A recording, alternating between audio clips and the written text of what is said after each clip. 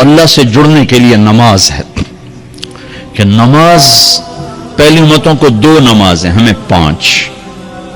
پہلی امتوں کی مسجد کوئی نہیں، ہماری مسجد. پہلی امتوں کی اذان کوئی نہیں، ہمیں اذان ملی.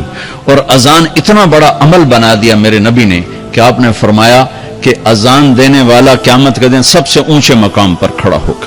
حضرت علی فرمایا کرتے تھے کاش میں اللہ کے نبی سے حسن حسین کے لیے مسجد نبوی کی اذان مانگ لیتا. یہ حضرت علی فرمایا کرتے تھے. اور جنگ قادسیہ میں مؤذن زخمی ہو گیا تو اذان دینے کے شوق میں سردار آپس میں الجھ گئے، کہتا میں دوں گا، کہتا میں دوں گا. پھر قرہ اندازی ہوئی جس کا نام نکلا اس نے اذان دی.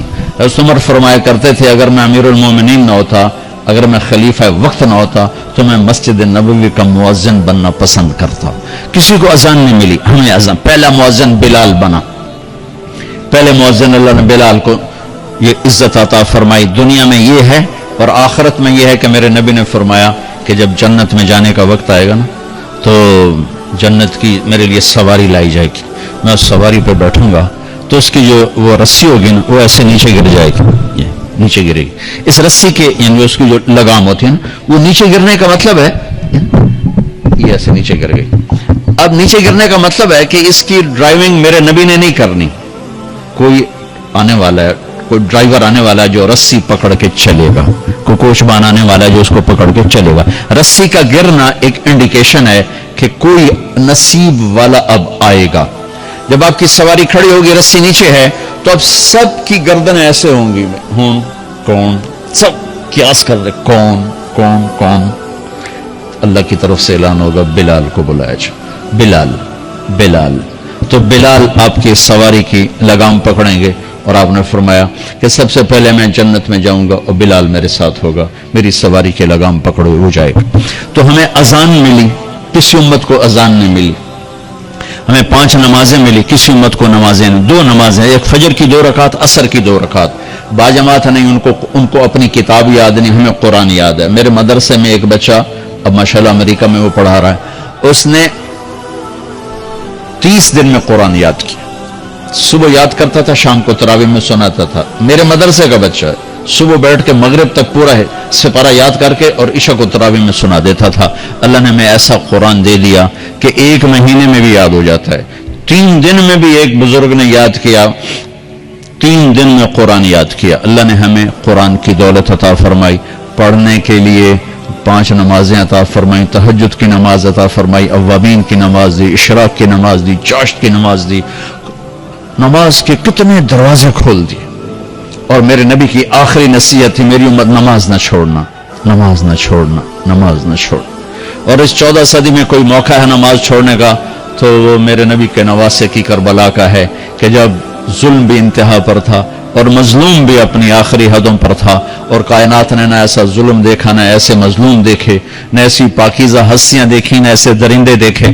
تو سورج ڈھلا، نماز کا وقت ہوا ہے تو آپ نے سبحان اللہ، آپ نے زہیر سے فرمایا کہ شمر سے کہو نماز پڑھنے دے.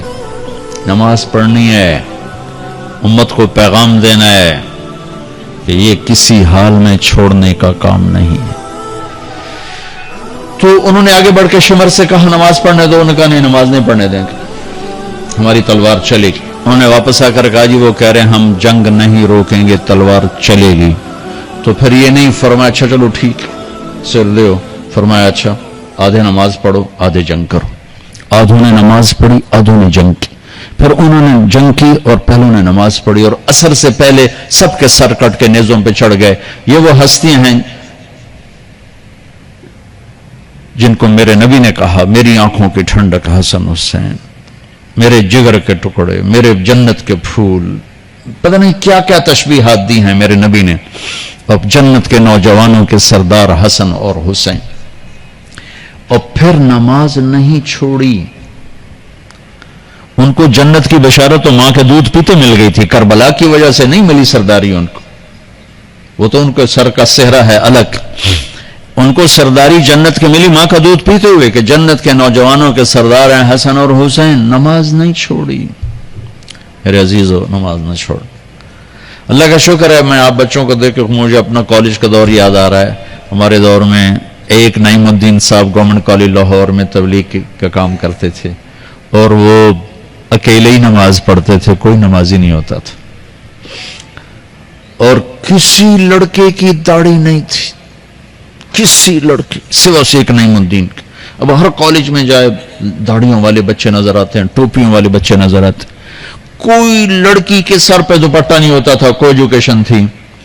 اب لمز جیسی یونیورسٹی میں بھی لڑکیاں پورے برقعے میں ہوتی ہیں، حجاب میں ہوتی ہیں، نقاب میں ہوتی ہیں۔ جہاں برائی کا گراف اوپر گیا تو نیکی کا بھی اوپر گیا، جہاں برائی کا لیول اگر بڑھا ہے تو نیکی کا لیول بھی بڑا ہے۔